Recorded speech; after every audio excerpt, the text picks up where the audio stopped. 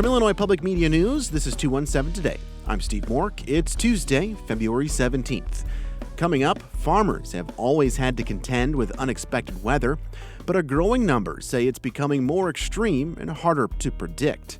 That story in just a few minutes, but first, these headlines.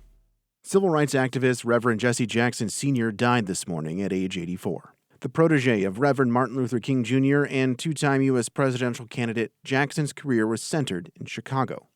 This Chicago-based Rainbow Push Coalition, he channeled cries for black pride and self-determination into corporate boardrooms, pressuring executives to make America a more open and equitable society. Chicago Mayor Brandon Johnson says he'll remember his moments with Jackson.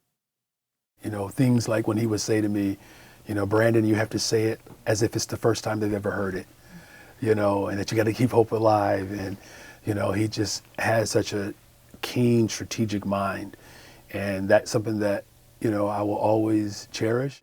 Jackson Sr. is survived by his wife Jacqueline and 6 children. Tax season is here, and as people prepare their tax returns, some may wonder, can artificial intelligence help me with that? IPM Student Newsroom's Jakia Hines spoke with a local accountant to find out. AI tax bots like Intuit Assist and TaxGPT can answer your tax questions in seconds. But their advice may only scratch the surface. That's according to Jason Shaw. He's an accountant at Kemper CPA Group in Champaign.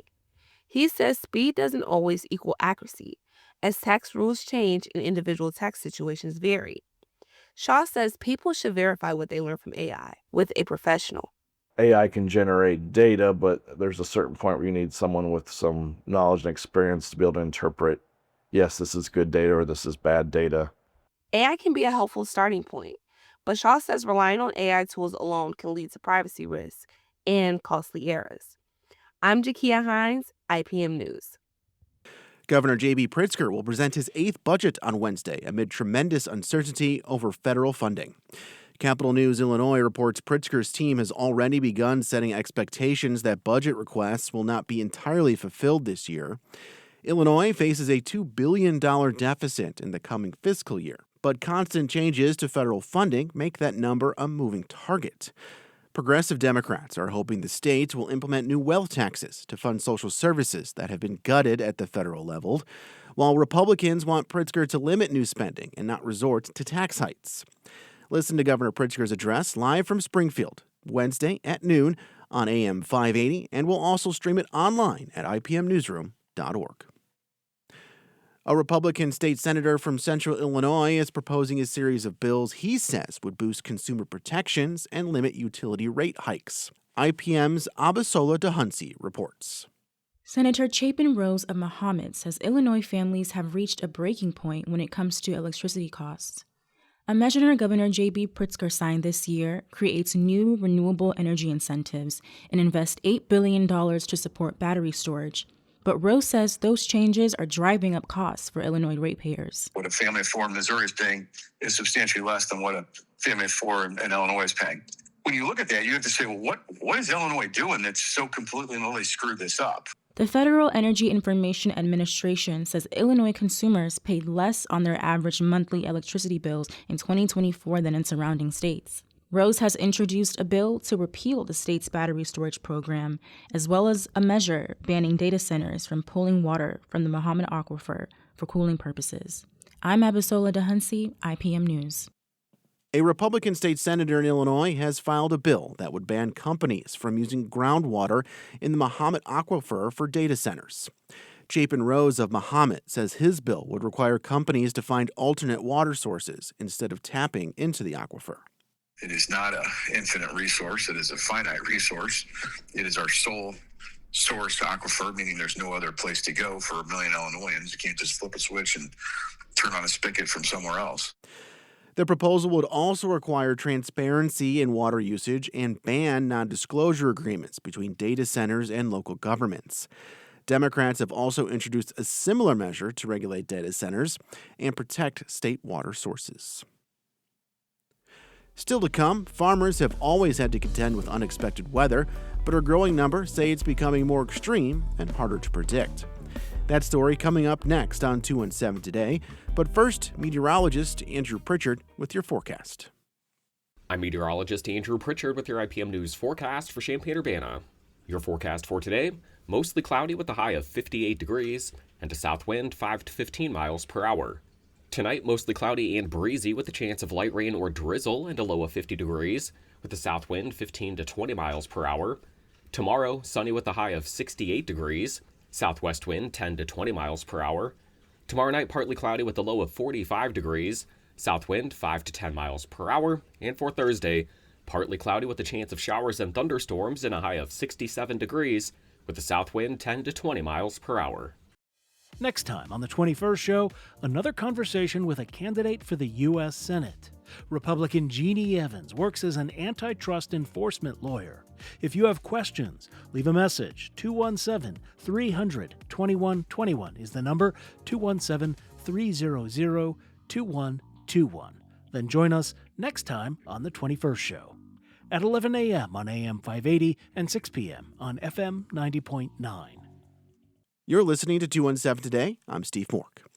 U.S. Department of Agriculture climate hubs across the country aim to better understand how climate change affects agriculture and forestry and help people adapt.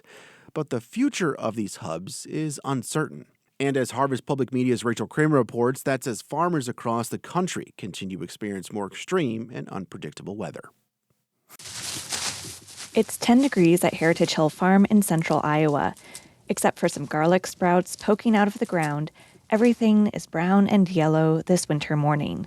I'm so ready for the day where things are greening up and we're actually, able to start working in the soil again. That's Jessica Krupika. She runs this diversified vegetable farm with her husband, their 2 boys, and some hired help. Even as they look forward to spring, Krupika says that season brings new challenges with heavier downpours and big temperature swings. So that really impacts certain crops, especially like the lettuce, where the temperatures, if they get just too warm, they just get bitter. So you have a unmarketable crop. Krupika says they're scaling back certain crops, shifting planting dates, and adding more greenhouses to stay profitable. With the climate change, we need to be more nimble. Over 3/4 of Iowa farmers surveyed by Iowa State University say climate change is happening. And the USDA created regional climate hubs over a decade ago, in large part to help producers adapt. Julian Reyes was the national coordinator for the 11 hubs for several years. There was a lot of great climate data, for example, that existed at NOAA and at NASA, but there needed to be an in-between, right, to translate what that meant for farmers, ranchers, and foresters. And that's where I think the climate hubs excelled the best.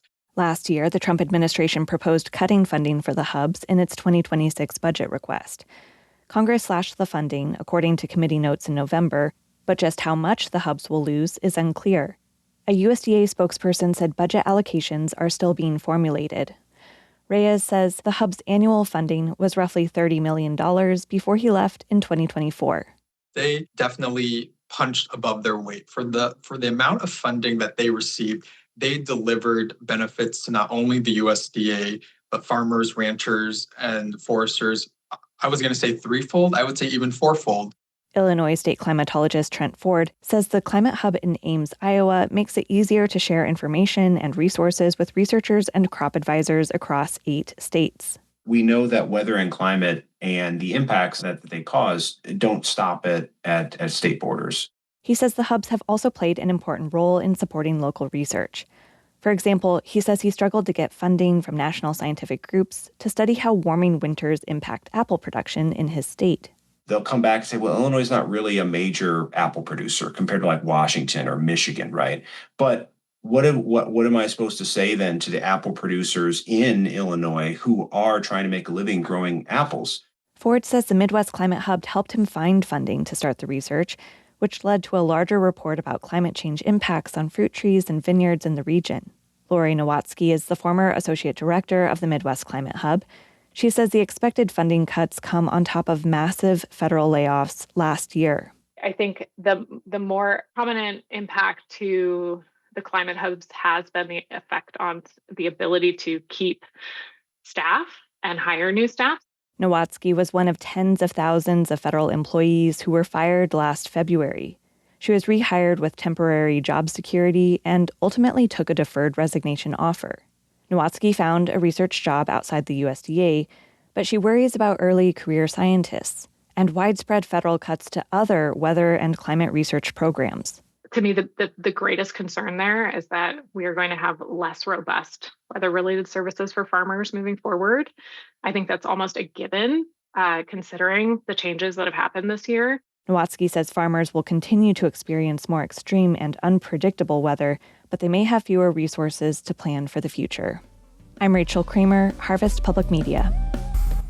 That's it for today. 217 Today is produced by Juliana Means. Reporting today contributed by Jakia Hines, Ben Slazinski, Abisola DeHansi, and Rachel Kramer.